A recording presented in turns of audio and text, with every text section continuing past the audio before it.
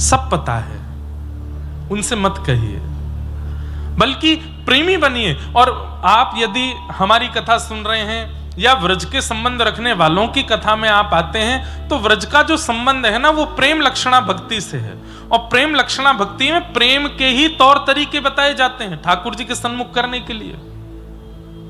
और प्रेम का इस स्वभाव है कि पीड़ा में भी प्रेमी अगर सामने आ जाए तो दूसरा प्रेमी हंसता है, मुस्कुराता है, गाता है, नाचता है, कि उसको पता ना चले कि मैं पीड़ा में हूं। ठाकुर जी सब जानते हैं, वो अविज्ञ हैं, अनविज्ञ नहीं है, सब पता है। और जब एक प्रेम का स्वरूप होता है कि हमारा प्रेमी सामने आया और हमने तब भी छुपाया कि हम कष्ट में हैं, तो प्रेमी को पता तो है कि मैं कष्ट में हूं लेकिन फिर भी छुपा रहा हूं, तो उसका प्रेम और बढ़ जाता है।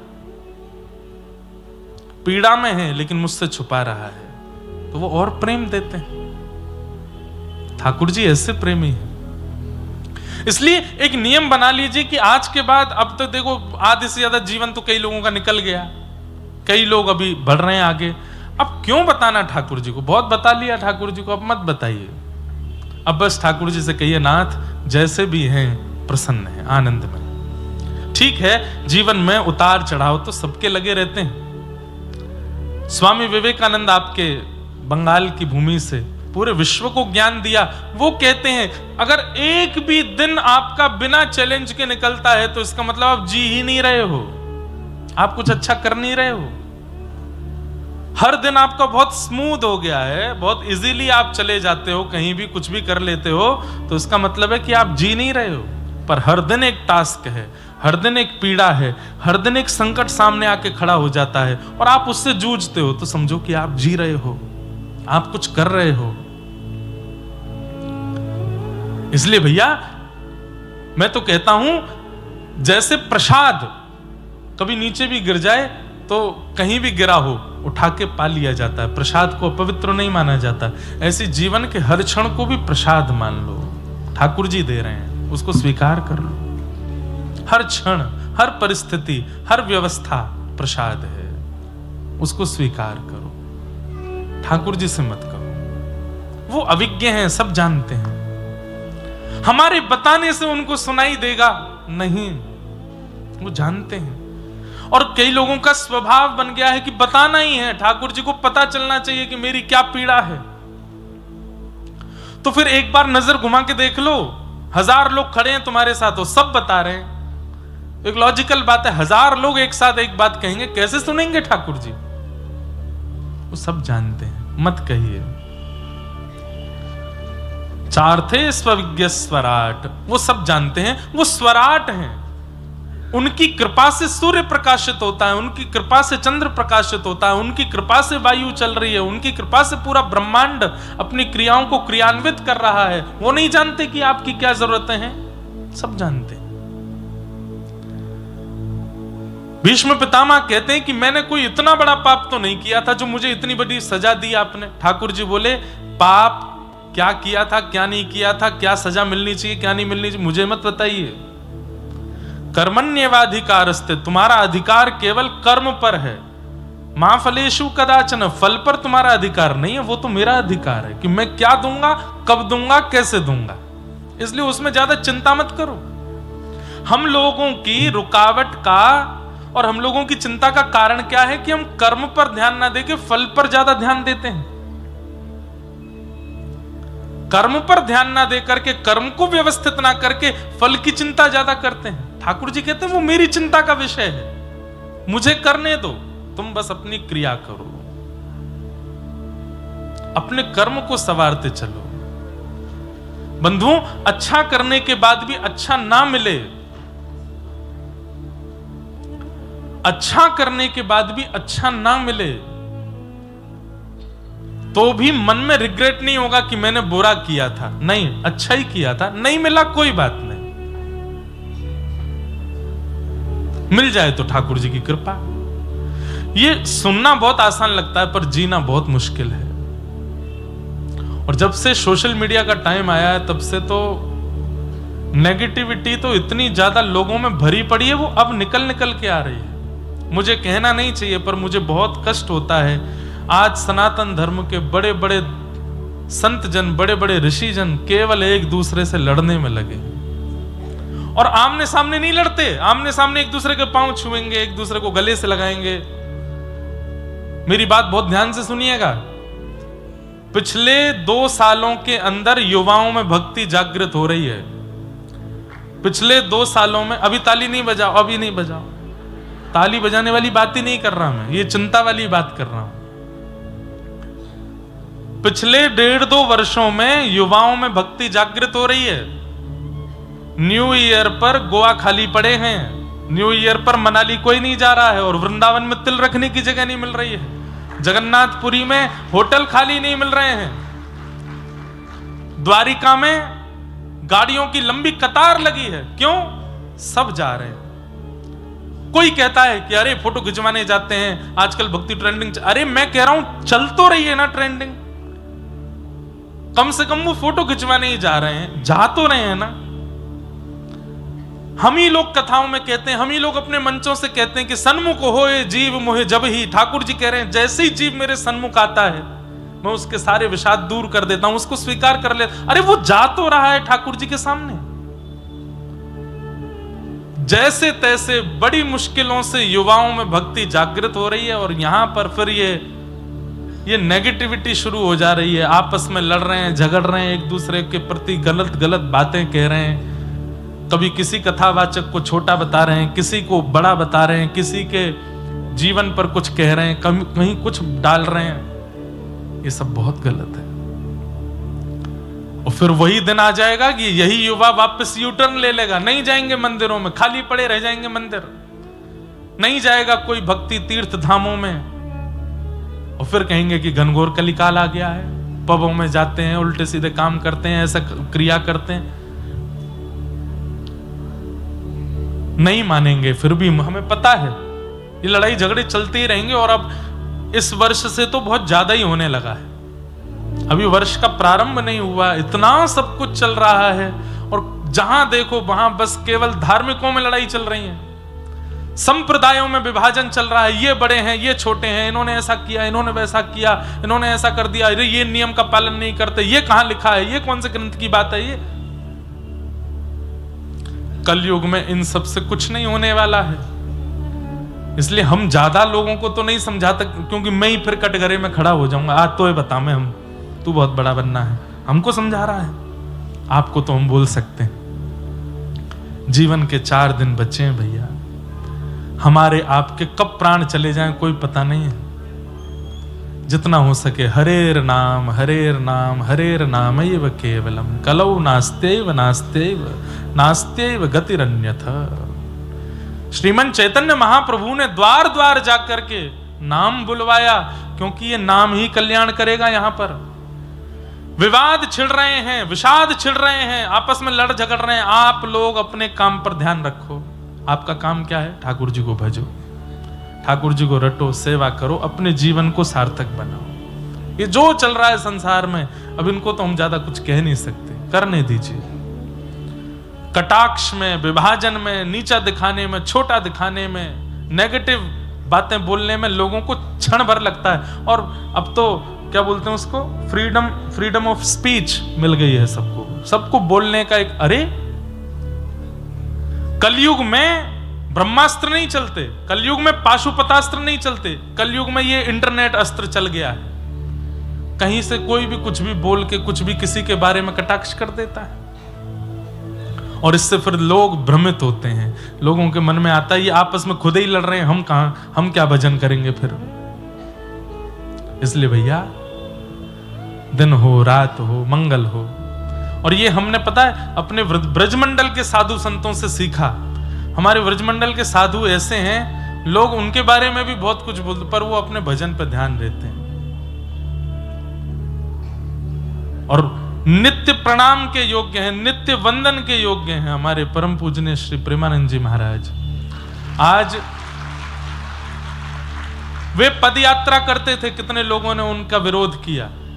वे सुबह सुबह 2:30 बजे उठ करके, वो आप लोगों के लिए नहीं, जब वहां 5 लोग भी नहीं होते थे मार्ग पर, तब भी वो इतने बजे ही निकलते थे। तब भीड़ नहीं होती थी इतनी।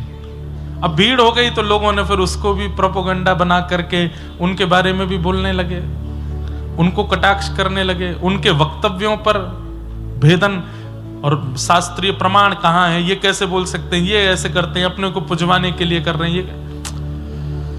अरे आप ये तो विचार कीजिए कि उनके कारण आज कितने लोग श्री राधा वल्लभ जी के सन्मुख हो गए, उनके कारण कितने लोग वृंदावन आ गए, जो वृंदावन कभी पहुंच नहीं पा रहे थे। ऐसे बड़े बड़े आधुनिकताओं को प्राप्त करने वाले, चाहे वो खेल जगत के लोग हों, चाहे वो सिनेमा जगत के लोग हों, चाहे वो किसी क्षेत्र के लोग हों, सबको खींच करके ले आए, घुटनों पर बैठा दिया, सर झुकवा दिया व्रज की रज में। लेकिन ये संसार है, यहां पर आपने अच्छे 4 काम किए, उसको आदमी एक बार में भूल जाता है। आपने एक कुछ ऐसा गड़बड़ कर, और गड़बड़ किया भी नहीं, किसी ने उसको गड़बड़ बता दिया तो 5 लोग विश्वास भी कर ले, तो हाँ सही कह रहा है, गड़बड़ ही है। तो फिर हम में और भक्तों में, हम में और राक्षसों में अंतर कहां रह गया? हम भी तो वही हो गए। मर्यादा पुरुषोत्तम राम जी हैं, वन में पिता की आज्ञा से निकले हैं, लेकिन रावण को उनमें भी दोष दिख रहा है। ऐसे परम सुकुमार, ऐसे परम कोमल, परम सुंदर श्री राघव जी में भी रावण को दोष दिख रहा है। इससे क्या सिद्ध होता है कि दोष दृष्टि देखना, दोष दृष्टि रखना ही राक्षसत्व है। इसलिए हमारी इतने लोगों से तो प्रार्थना हम कर ही सकते हैं जो यहां बैठे हैं, मत देखो दोष, मत लाओ इन दोष दृष्टियों को जीवन में। जीवन के बहुत कम समय रह गए। ठाकुर जी कर लेंगे ना न्याय, सही गलत का न्याय ठाकुर जी करेंगे, सही गलत का न्याय यमराज करेंगे।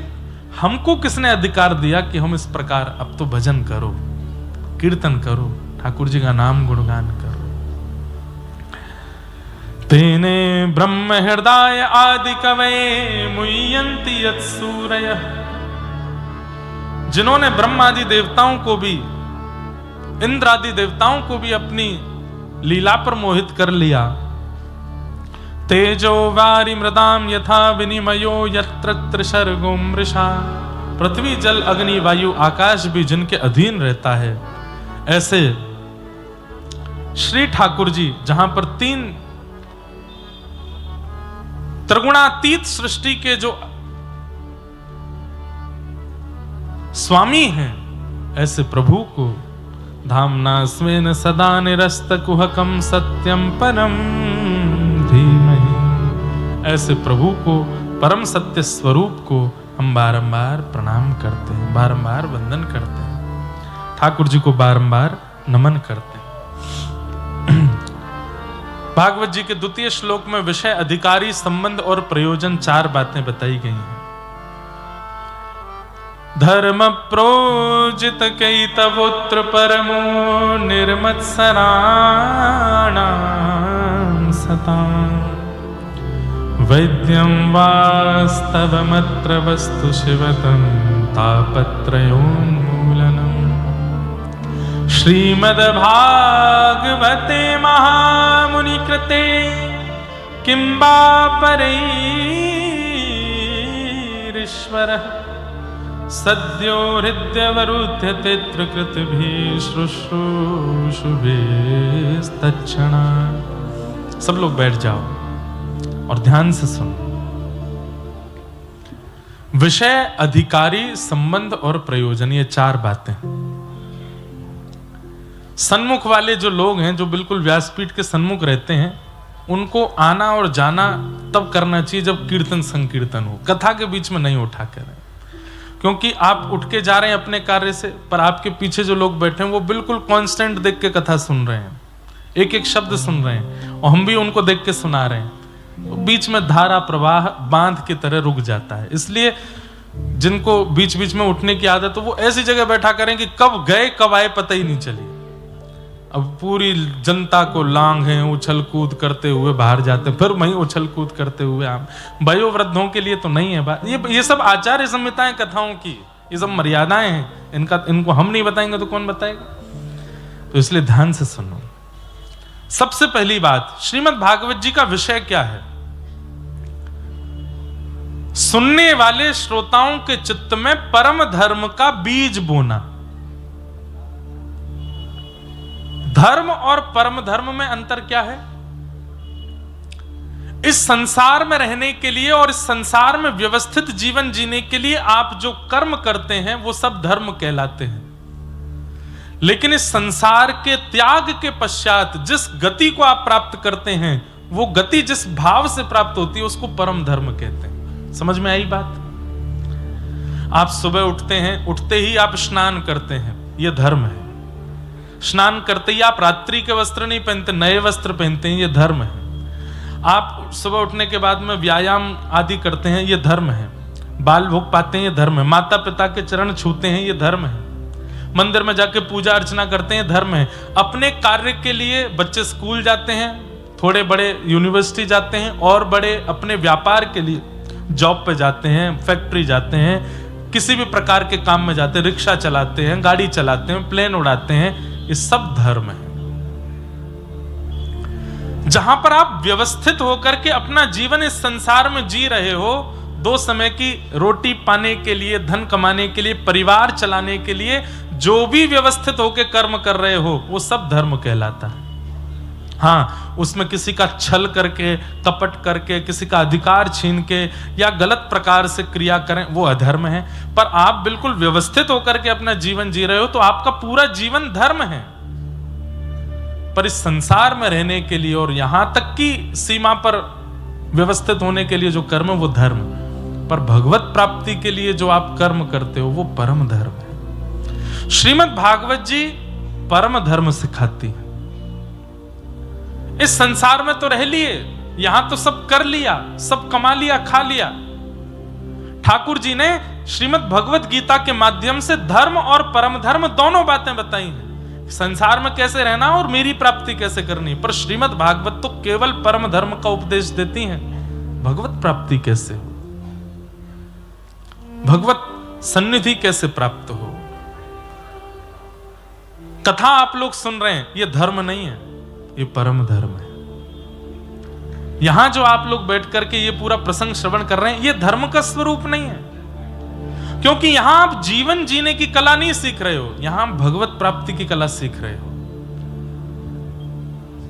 जीवन जीने की कला बीच बीच में हम वो भी बताते हैं, बीच बीच में आचार्यों की वाणी से वो भी सिद्ध करते हैं कि जीवन कैसा हो।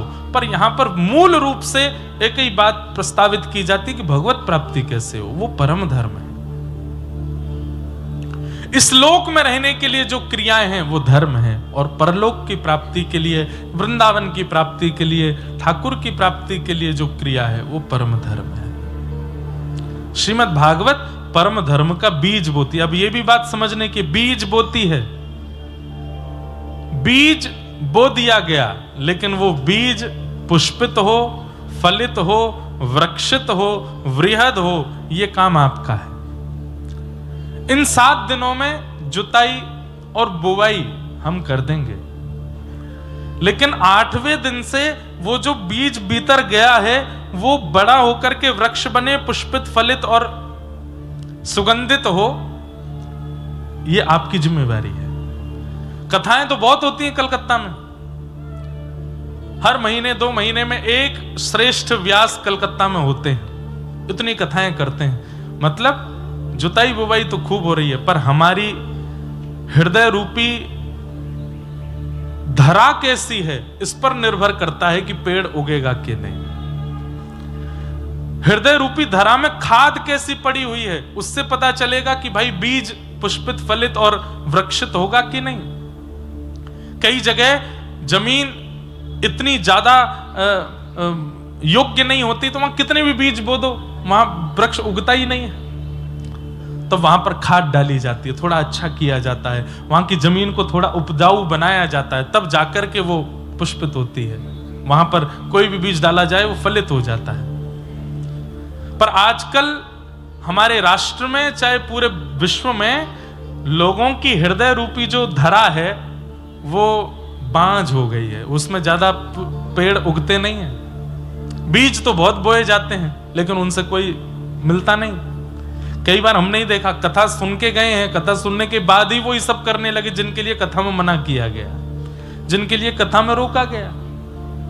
लड़ रहे हैं, झगड़ रहे हैं, छल कर रहे हैं, कपट कर रहे हैं। अभी एक जगह मेरी कथा थी तो वहां एक माता जी मुझसे बोली, महाराज जी मैं जितनी देर कथा सुनती हूं और जितनी देर पंडाल में होती हूं उतनी देर मुझको सब याद रहता है आपने क्या कहा, और घर आती सब भूल जाती हूं, सब चला जाता है दिमाग से।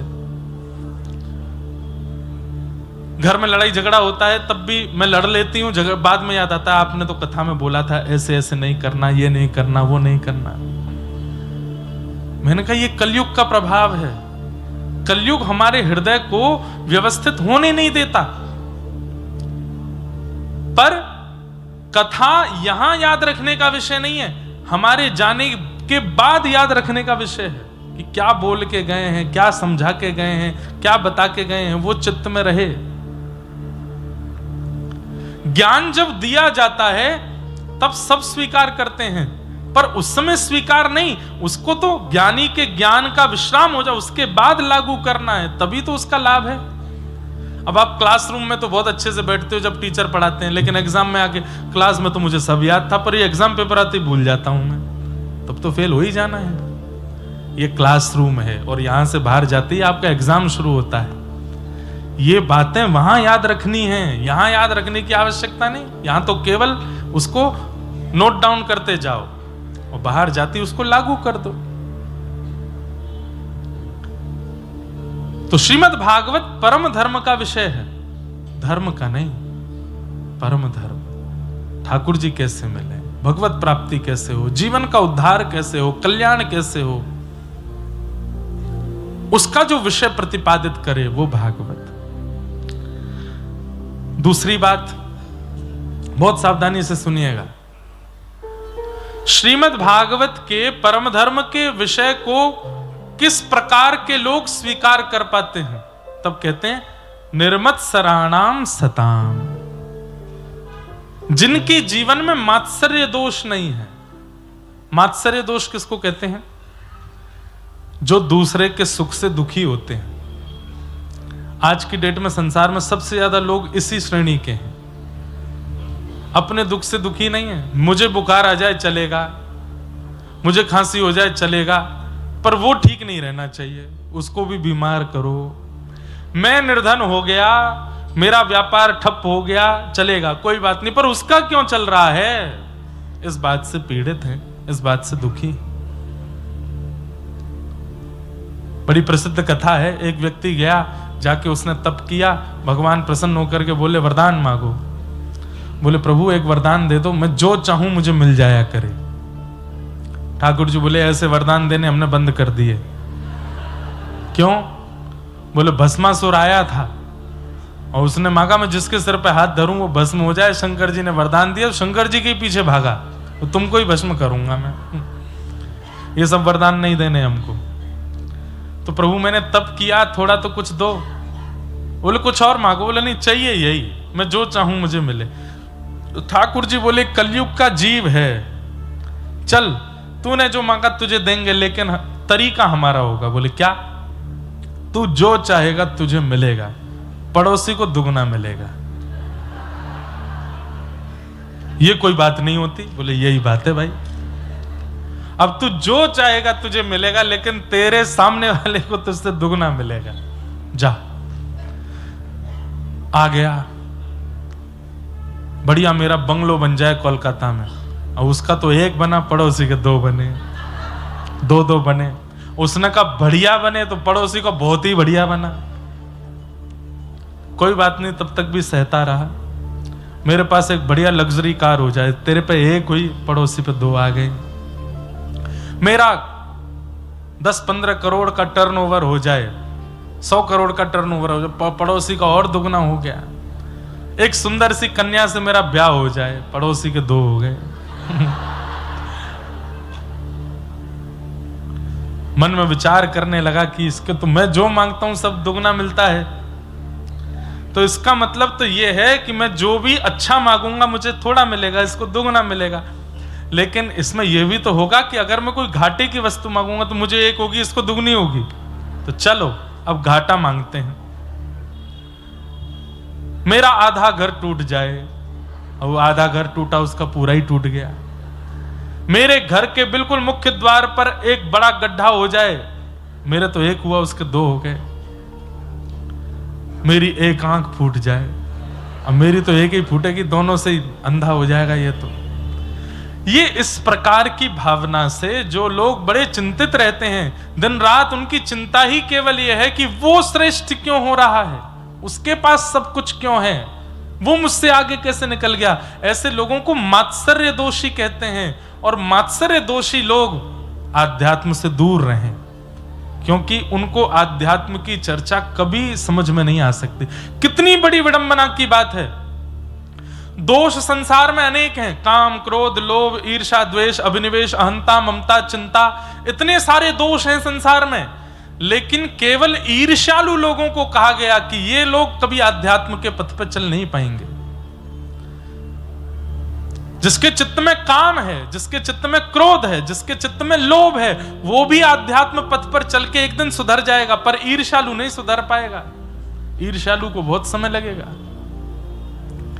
और मानो चाहे मत मानो, पर ईर्ष्या सबको होती है, सबके चित्त में होती है। कोई अभिमानवश नहीं कहेंगे हम व्यासपीठ पर बैठ के कि हमारे चित्त को भगवान ने शुद्ध रखा, ठाकुर जी सदा रखें, पर ईर्ष्यालु बहुत लोगों को होती है। और ये ईर्ष्या भगवत प्राप्ति में सबसे बड़ी बाधा, इतनी बड़ी बाधा काम भी नहीं है, इतनी बड़ी बाधा क्रोध लोभ भी नहीं है, जितनी बड़ी बाधा ईर्ष्या है। एक प्रकार से अगर मैं कह दूं तो कोई अतिशयोक्ति नहीं, ईर्ष्या एक ऐसा रोग है कि उसके लगते ही काम रोग भी लगता है, क्रोध रोग भी लगता है, बाकी के सारे रोग भी आते हैं। अगर आप सारे रोगों से ग्रसित हो तो इसका मतलब आपके अंदर ईर्ष्या भी है, तभी सारे रोग आए हैं। और ईर्ष्या यदि ठीक हो गई तो धीरे धीरे सारे रोग ठीक होने शुरू हो जाएंगे। काम भी चला जाएगा, लोभ भी चला जाएगा, मोह भी चला जाएगा, चिंता भी चली जाएगी, अहमता भी चली जाएगी। ईर्ष्या को ठीक करो। हम तो कहते हैं कथा में कि जिससे ईर्ष्या होती है उसका चिंतन करो। अभी किससे होती है ईर्ष्या? कलकत्ता में कौन है जिसको देख के आपको अच्छा नहीं लगता? उसका चिंतन कर लो एक क्षण के लिए, और फिर 7 दिन कथा सुनो। 7 दिन बाद फिर से उसको याद करना, और याद नहीं उसके पास ही चले जाना, उसको जाके सामने से देखना। अगर तब भी ईर्ष्या हुई तो फिर एक कथा और सुनो, और तब ईर्ष्या नहीं हो तो समझना कि कथा ने चित्त को परिवर्तित किया। ठाकुर जी ने हमको देख लिया, तभी ईर्ष्या नहीं हो रही है। ईर्ष्या दोष जिसे कहते हैं मात्सर्य, ये मात्सर्य दोष ठाकुर जी को प्रिय नहीं लगता। निर्मत्सराणाम सताम वैद्यं वास्तवमत्रमस्तु शिवदम।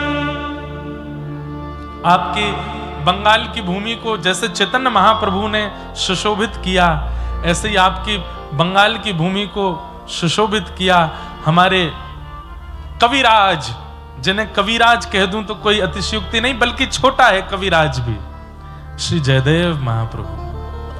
वे भी इसी बंगाल की भूमि पर जन्मे, बाद में फिर उड़ीसा जगन्नाथ प्रभु के चरणों में चले गए।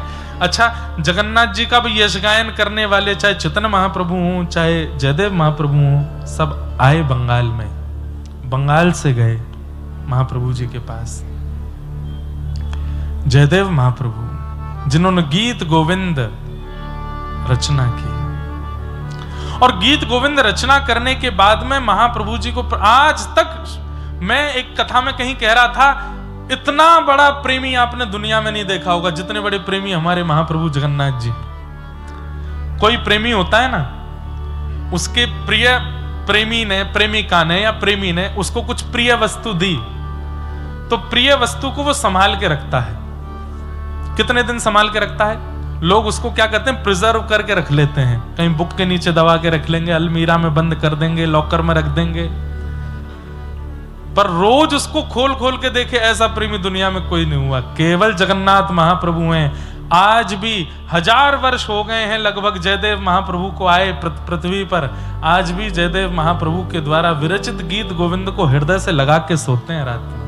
आज भी गीत गोविंद का पाठ सुने बिना महाप्रभु जगन्नाथ जी को नींद नहीं आती। अरे कोई हमको रोज दाल भात खिला दे तो हमारा भी 4-5 दिन में मन भर जाएगा। मुझे संदेश बहुत प्रिय लगता है, पर मुझे भी अगर रोज कोई खिलावे, सुबह संदेश, दोपहर में संदेश, रात को संदेश, फिर नाश्ता में संदेश, ब्यारू में संदेश, बाल भोग में संदेश, रात में, अब मैं कहूँगा भाई बस से मैं ही संदेश है जाऊंगा थोड़े दिन में। लेकिन जयदेव महाप्रभु के गीत गोविंद को आज भी और हृदय से तो लगाते हैं, अपने अधर तक लेके आते हैं। महाप्रभु जगन्नाथ जी अपने अधर तक लगाते हैं। जगन्नाथ महाप्रभु सो ही नहीं सकते जब तक गीत गोविंद उनके हृदय से ना लगाया जाए, पूरे तन पर लपेट करके पहनाते हैं। ऐसे जयदेव महाप्रभु की विरचित गीत गोविंद। तो कहते हैं कि उस काल में गीत गोविंद की इतनी प्रसिद्धि हो गई, जहां कहीं भी कोई गीत गोविंद गाता था उसको महाप्रभु जगन्नाथ जी का अनुभव होने लगता था। कोई बंगाल में बैठ करके गीत गोविंद गाने, ये तो आज भी होता है, पर आजकल हमारी अनुभव करने की क्षमता चली गई है। आज भी अगर मैं अभी भी गीत गोविंद गाना शुरू करूं व्यास मंच से, महाप्रभु जगन्नाथ जी 1 सेकंड के लिए सही इस पंडाल में आ जाएंगे, 1 क्षण के लिए आएंगे। और जब वो आएंगे, या तो किसी के रोए खड़े हो जाएंगे, या किसी के नेत्र सजल हो जाएंगे, या किसी का मन शांत हो जाएगा, किसी का विषाद दूर हो जाएगा। ऐसे अनुभव के रूप में महाप्रभु जी आएंगे। और मैं गाऊंगा 2 पंक्ति, देखना अनुभव होगा आपको। लेकिन जब जयदेव महाप्रभु ने गीत गोविंद की रचना की तो किसी ने उनसे भी चिड़न कर ली उस समय पर, क्योंकि जिसको देखो वो गीत गोविंद गा रहा है। तो एक और कवि थे, उन्होंने गीत गोविंद अपना लिखा और उसके नाम गीत गोविंद लिख दिया। और वो पूरी दुनिया से लड़ने लगे। इस बात के प्रस्ताव पर राजा के पास भी पहुंच गए कि इनका गीत गोविंद श्रेष्ठ नहीं है, मेरा श्रेष्ठ है। राजा भी थोड़ा थोड़ा उनके रुझान में आने लगा कि हो सकता है इनका गीत गोविंद अच्छा हो। लेकिन गीत गोविंद किसका अच्छा है ये निर्णय तो महाप्रभु जगन्नाथ करेंगे ना। महाराज, जब ईर्ष्यावश जयदेव महाप्रभु से ईर्ष्या करके किसी ने अपनी गीत गोविंद की रचना की, तो महाप्रभु जगन्नाथ जी उसके स्वप्न में नृसिंह बन के पहुंच गए और जाकर के बोले, तुझे मेरे गीत गाने, तू गा, तुझे मेरा गुणगान गाना है, तू अपनी शब्दावली में गा, मुझे अच्छा लगेगा। लेकिन मेरे जयदेव ने जो गीत गोविंद लिखा है उसकी पहुंच कोई और नहीं कर सकता। तुम अपने गीत गोविंद को अभी समुद्र में बहा के आओ, वो गीत गोविंद श्रेष्ठ नहीं है। गीत गोविंद तो जयदेव महाप्रभु का है। ठाकुर जी ईर्ष्यालुओं को स्वीकार नहीं करते।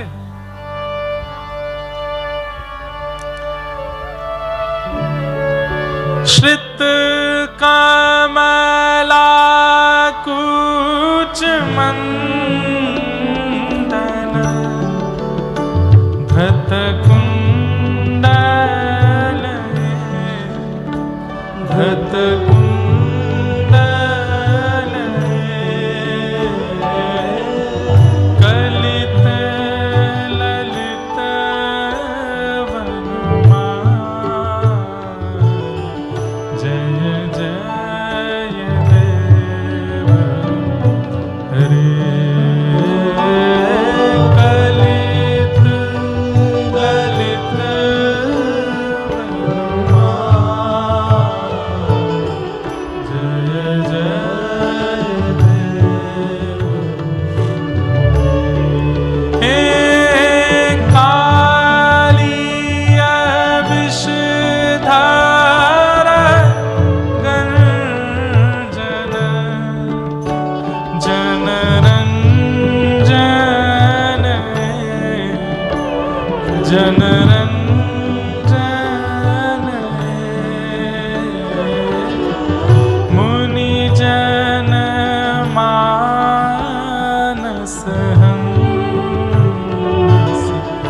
जय जय देव हरे।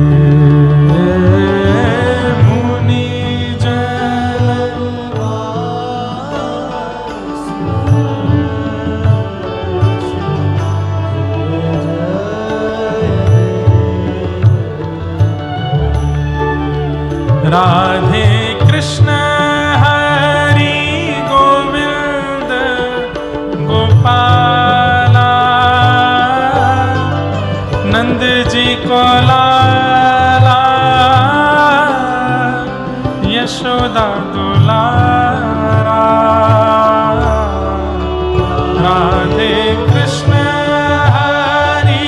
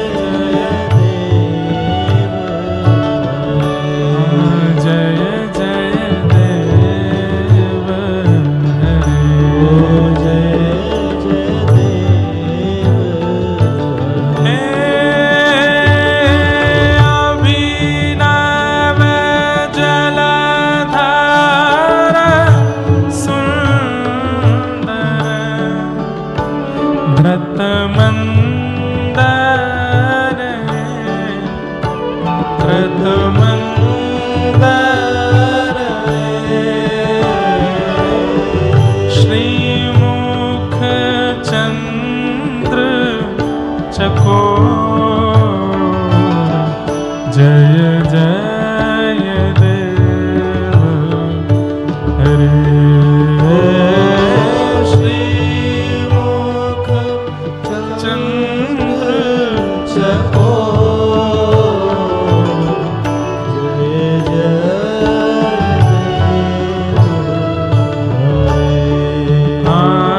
श्री राधा मुख चंद्र चकोर,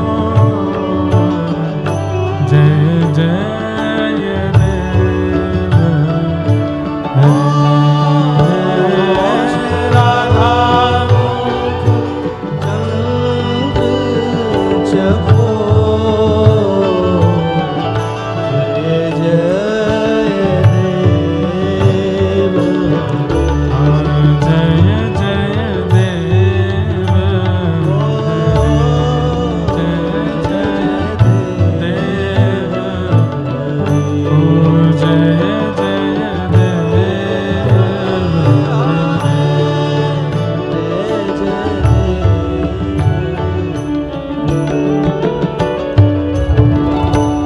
हजारों बार गीत गोविंद का पाठ कर चुके हैं, पर आज भी जब गीत गोविंद गाते हैं तो रोंगटे खड़े होते हैं। आज भी नेत्र अंदर ही अंदर हिलोरें लेता है, मन रूपी मयूर नृत्य करने लगता है। इससे ये प्रमाण है कि गीत गोविंद ठाकुर जी ने स्वीकार कर लिया है। इसलिए जितनी बार उसका आस्वादन करोगे उतनी बार अच्छा। हमने एक बार कथा में एक बात बताई, हमारे व्रज के एक संत हैं, वो नित्य ठाकुर जी के लिए नई नई सामग्री बनाते हैं और सामग्री बना के ठाकुर जी को भोग लगाएंगे। फिर उसके बाद जब सबको बांटते हैं ना, तो ये नहीं कहते कैसो बनो है, या में राम रस कैसो है, या में चीनी कैसी है, गुड़ कैसा है, ना। आपको देते समय बोलेंगे पाके बताओ ठाकुर जी ने भोग लगाया कि नहीं। देखो पूछने का तरीका देखो, क्या पूछते हैं। माताएं घर में भोजन बनाती है, बच्चों को पति को पवाएंगे, पूछेंगे बताओ नींबू ठीक है ना, नमक ठीक है ना, मिर्च ज्यादा तो नहीं है, अच्छा बना है ना, स्वाद अच्छा है ना। पर वो महाराज जी क्या पूछते हैं, पाके बताओ ठाकुर जी ने भोग लगाया कि नहीं। एक बार मुझे कुछ दिया उन्होंने, तो मैंने जैसे पाया तो मैंने की, मुझसे बोले ठाकुर जी ने पायो कि नहीं। मैंने की नहीं बाबा बढ़िया है, पायो ना, अभी ना पायो। फिर दूसरी सामग्री लेके आए, वो दी, अब बता पायो कि नहीं। मैंने फिर पाया, मैंने हाँ बाबा पायो ना, अभी नहीं पायो। तीसरी सामग्री जैसे ही उन्होंने दी, तो जैसे ही मैंने पाया, पता नहीं क्यों सहजता से मेरे नेत्र बंद हो गए। मैंने कहा बोला हाँ अब पायो, ये ठाकुर जी ने पायो है। बोले लाला जामे तू बोल के बता दे कि ठाकुर जी ने पायो, समझो नहीं पायो। जामे तू बोलना ही भूल गए हो, समझो कि वो ठाकुर जी ने पायो।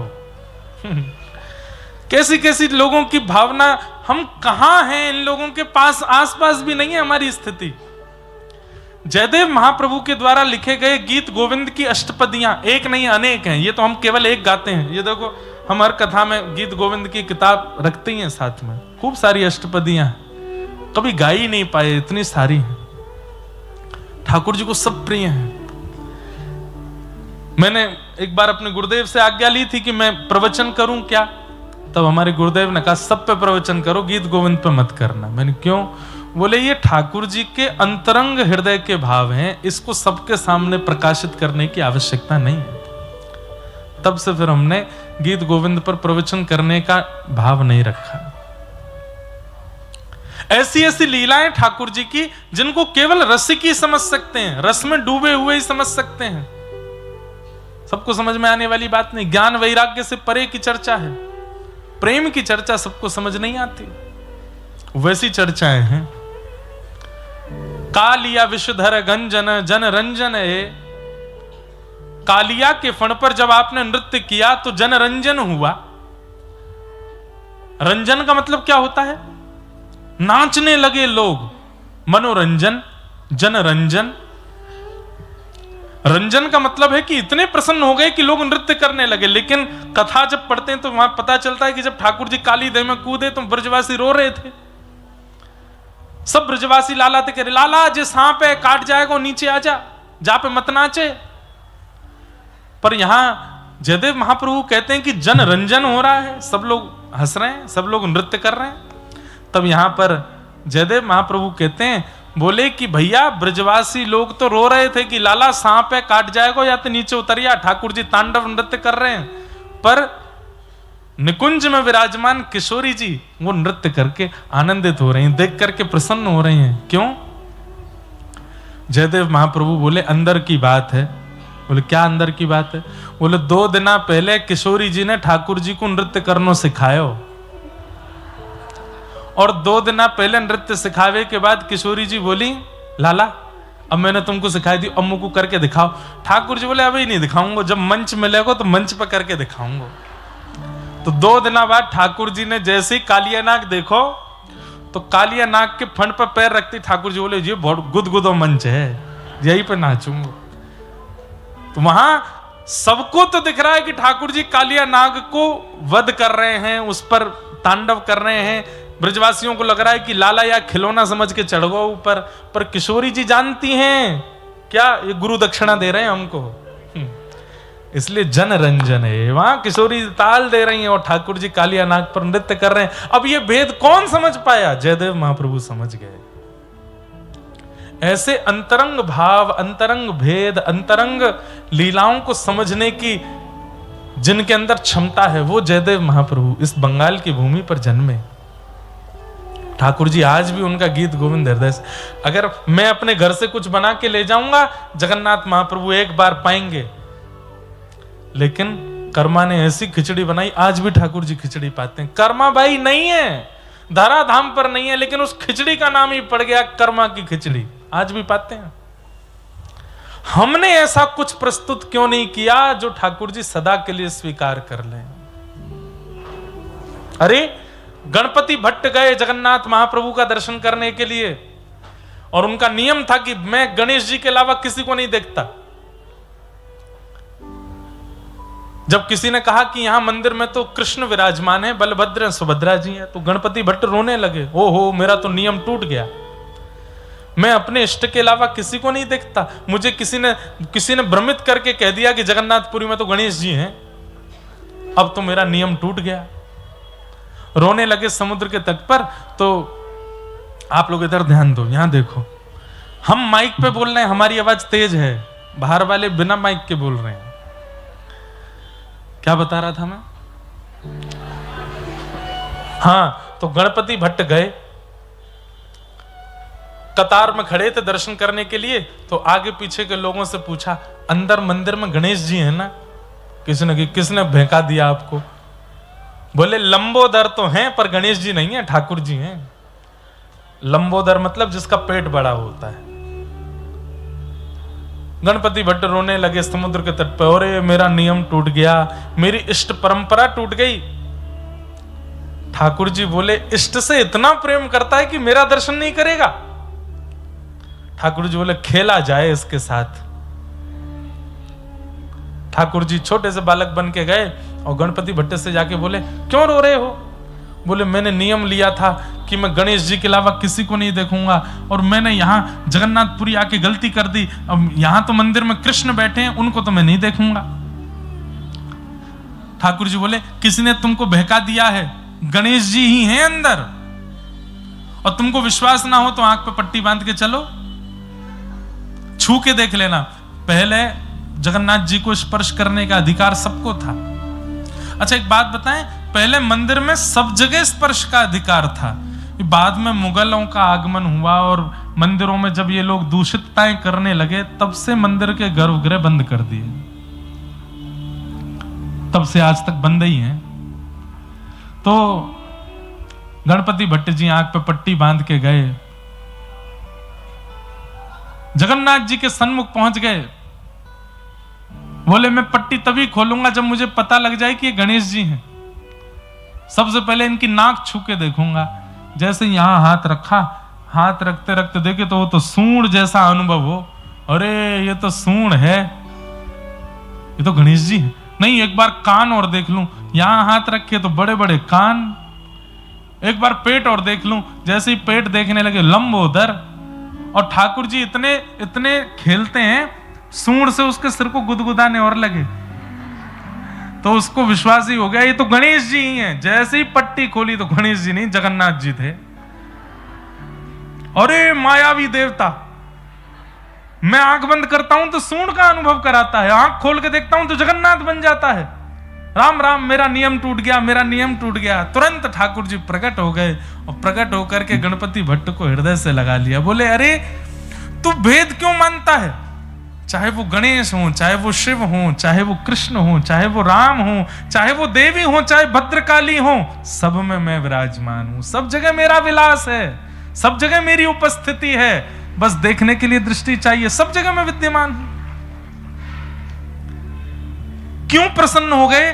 क्योंकि अपने इष्ट के प्रति इतनी निष्ठा है गणपति भट्ट की, ठाकुर जी प्रसन्न हो गए। और ऐसे प्रसन्न हुए, आज तक स्नान पूर्णिमा, जिसको ज्येष्ठ पूर्णिमा कहते हैं, आज भी ठाकुर जी गणेश जी का रूप धारण करते हैं। ज्येष्ठ पूर्णिमा जो है जगन्नाथ जी का जन्मदिन है, जन्मोत्सव है, और उस दिन कलशों से स्नान करते हैं ठाकुर जी।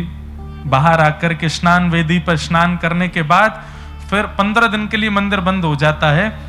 तो स्नान करने के बाद जो सबसे पहला श्रृंगार जगन्नाथ जी का होता है वो गणेश जी के रूप में ही होता है। सूंड ठाकुर जी धारण करते हैं, बड़े बड़े कान लगाते हैं और बिल्कुल गणेश जी जैसे ही बनते हैं।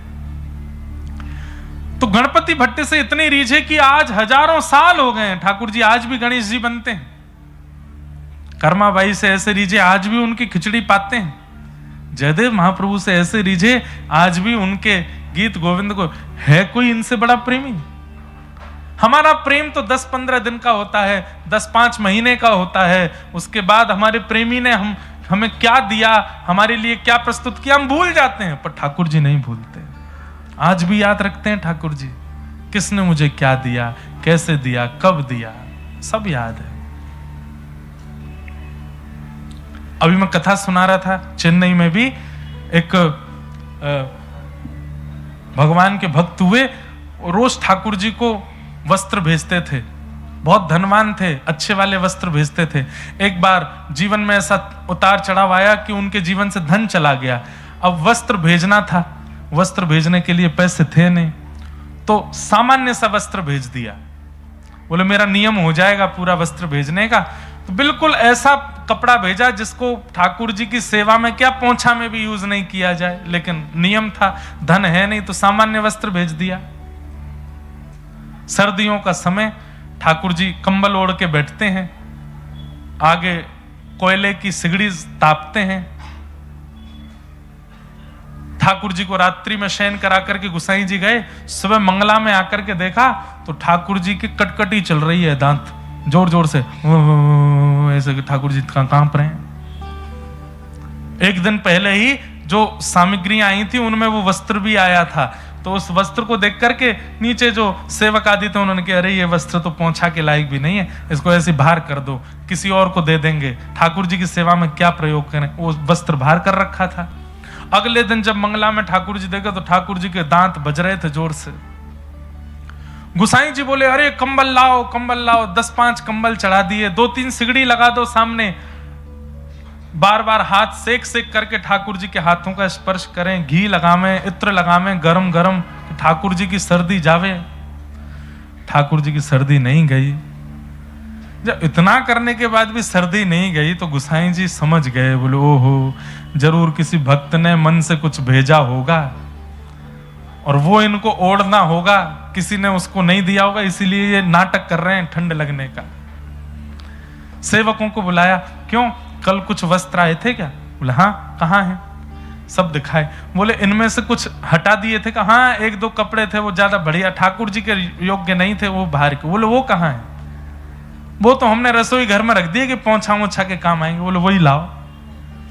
उन कपड़ों को लाए और जैसे ही वो कपड़ा ला करके ठाकुर जी के चरणों पर रखा, इतने में ठाकुर जी बोले मुंह तो पसीना आ रहे हैं बहुत जोर से, सबरे कंबल हटाओ, इस सगड़ी हटाओ, सामने से गर्मी लग रही है बहुत जोर से। क्यों? ठाकुर जी को सर्दी नहीं लगती, ठाकुर जी को गर्मी नहीं लगती, ठाकुर जी को प्रेम लगता है, ठाकुर जी को भाव लगता है, ठाकुर जी को भूख नहीं लगती। वो उनको आप पवाओगे, आप खिला सकते हो उनको? नहीं, ठाकुर जी को केवल प्रेम चाहिए, केवल भाव चाहिए। और वो प्रेम भाव कैसे भी हमारे चित्त में निर्मित हो जाए और हम उसको प्रस्तुत कर दें उनके आगे, उसके लिए तो हम कथा सुन रहे हैं कि हमारा मन वैसा बन जाए कि हम भी कुछ प्रस्तुत करें, कर्मा जैसा, जयदेव महाप्रभु जैसा, ताकि हमारा भी वो भाव स्वीकार हो।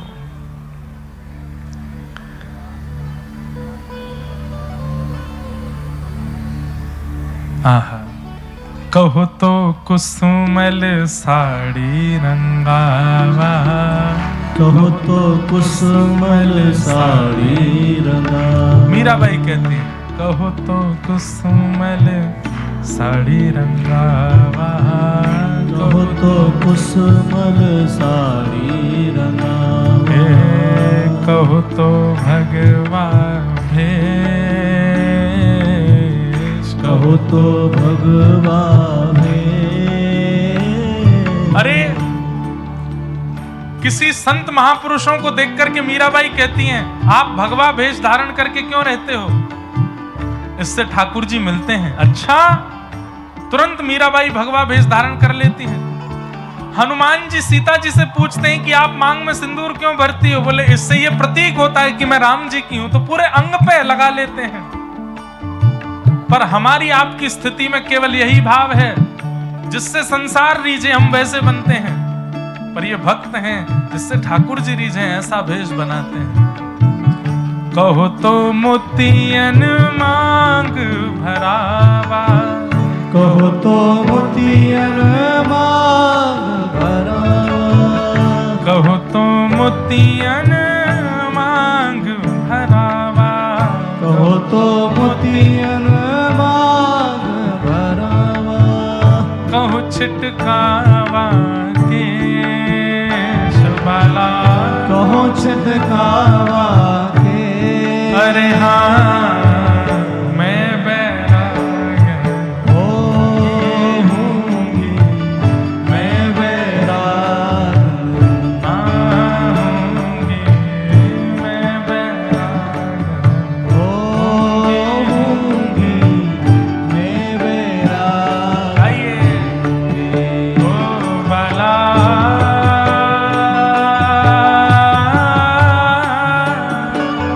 मैं बैराग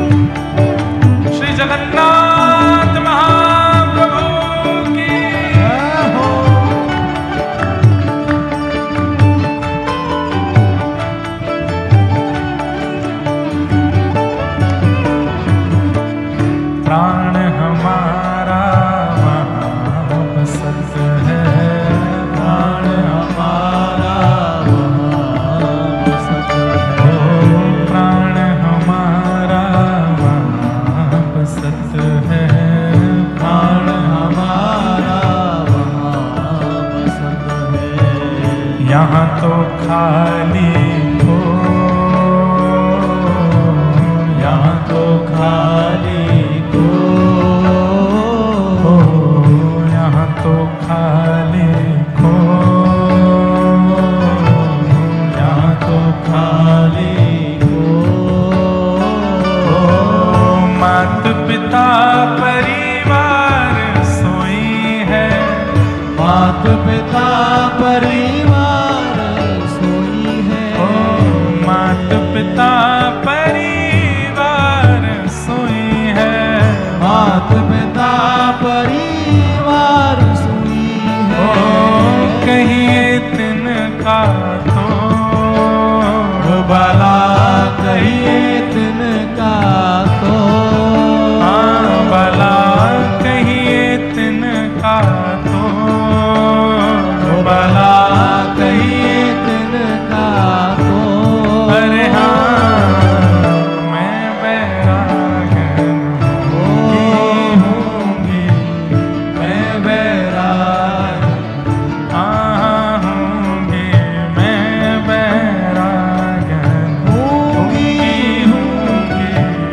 मैं बैराग। बंधुओं, इसी बंगाल की भूमि पर अनेक भक्त हुए। उनमें से एक भक्त हुए श्री हरिदास ठाकुर, नामाचार्य हरिदास ठाकुर, जो कि जन्म से हिंदू नहीं थे, मुस्लिम थे। अरे राजा के आदेश पर बीच बाजार में कोड़े बरसाए जा रहे थे उनके ऊपर। क्यों? कि तू काफिरों के देवता का नाम नहीं बोलेगा, तू ये हरि नाम नहीं बोलेगा, हरि बोल नहीं बोलेगा, माथे पर तिलक नहीं लगाएगा। जितने कोड़े मारते थे उतनी तीव्रता से उनके मुख से हरि बोल हरि बोल हरि बोल। और कोड़े मारने के बाद में जो कोड़े मारते थे उनके चरण पकड़ते थे हरिदास ठाकुर और बोलते हैं, मुझे इतना ऊंचा स्वर ठाकुर जी ने दिया, मैंने खूब नाम गाया, पर इतने ऊंचे स्वर में कभी कुटिया में बैठ के नहीं गा पाया जितने ऊंचे स्वर में आज कोड़ों पर गा रहा हूं। धन्यवाद, और बरसाओ ताकि मैं और भाव से गाऊं। क्योंकि वहां पर किसी लोक रंजन की इच्छा नहीं है, अरे स्वयं जीने की भी इच्छा नहीं है। हमारी इच्छा तो केवल एक है।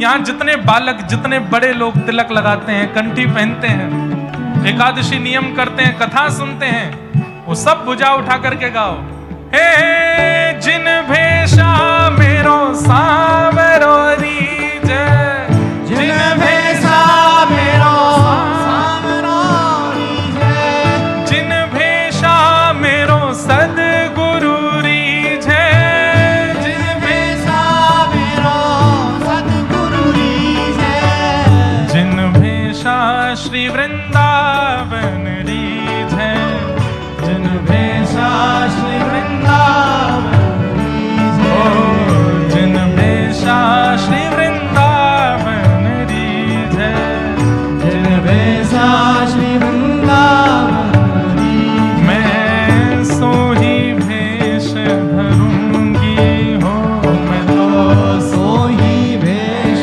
धरूंगी। अरे हाँ मैं बैरागन होंगी मैं बैराग, हाँ होंगी मैं बैरागन, होंगी मैं बैराग। ओ बाला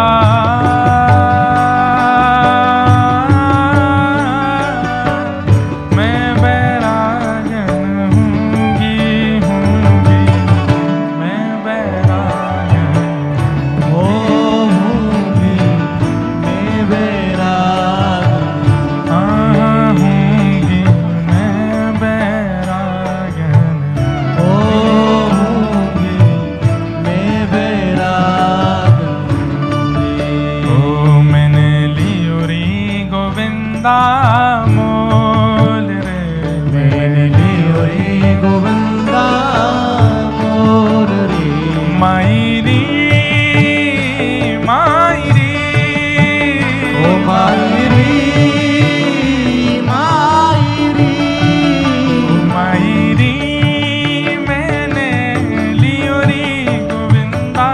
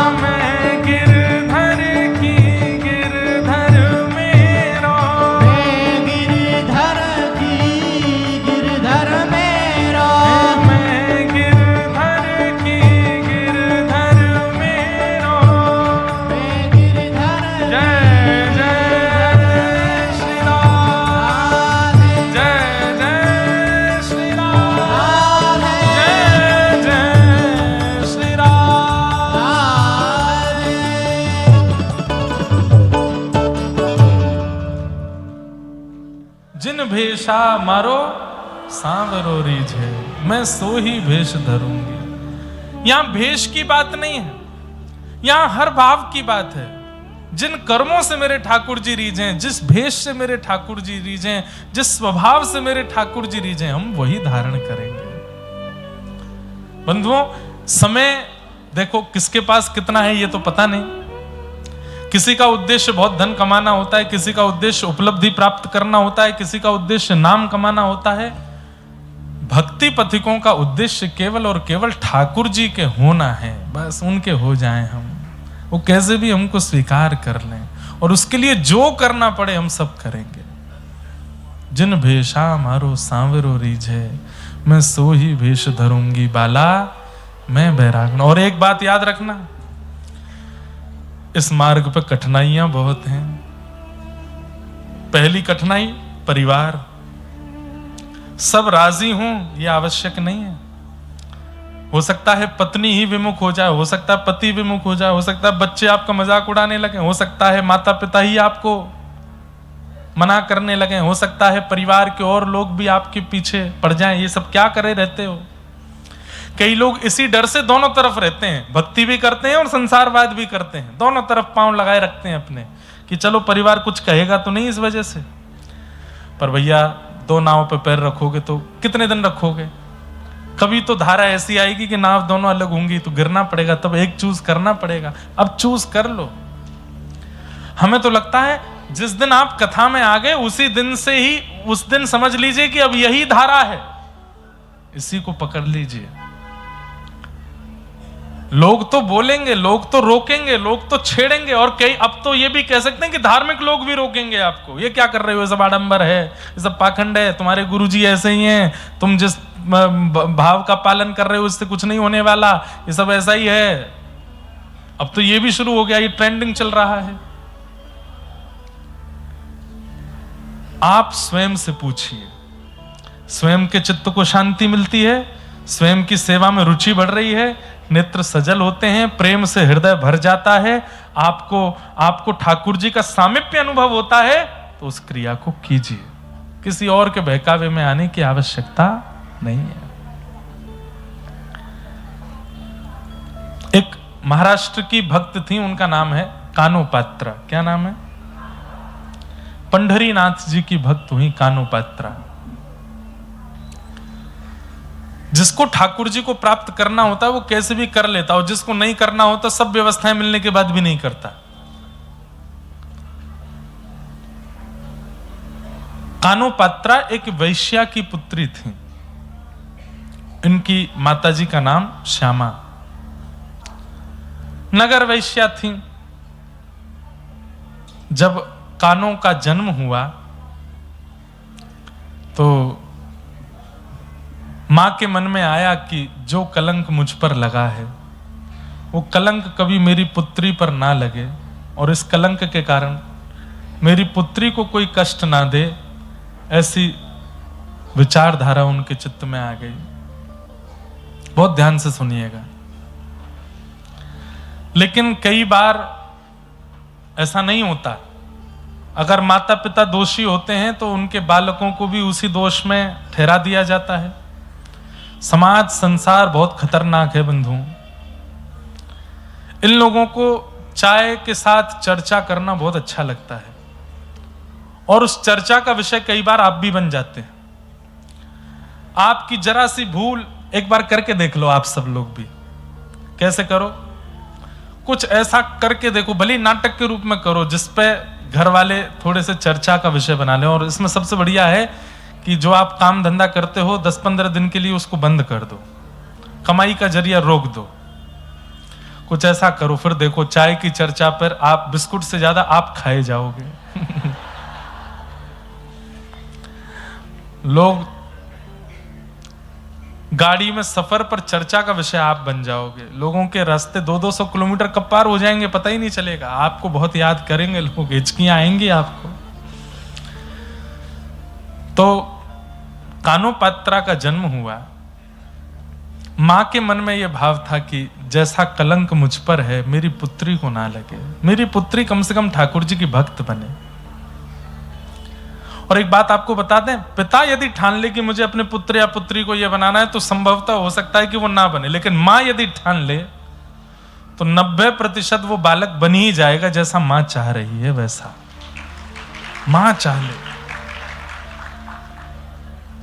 तो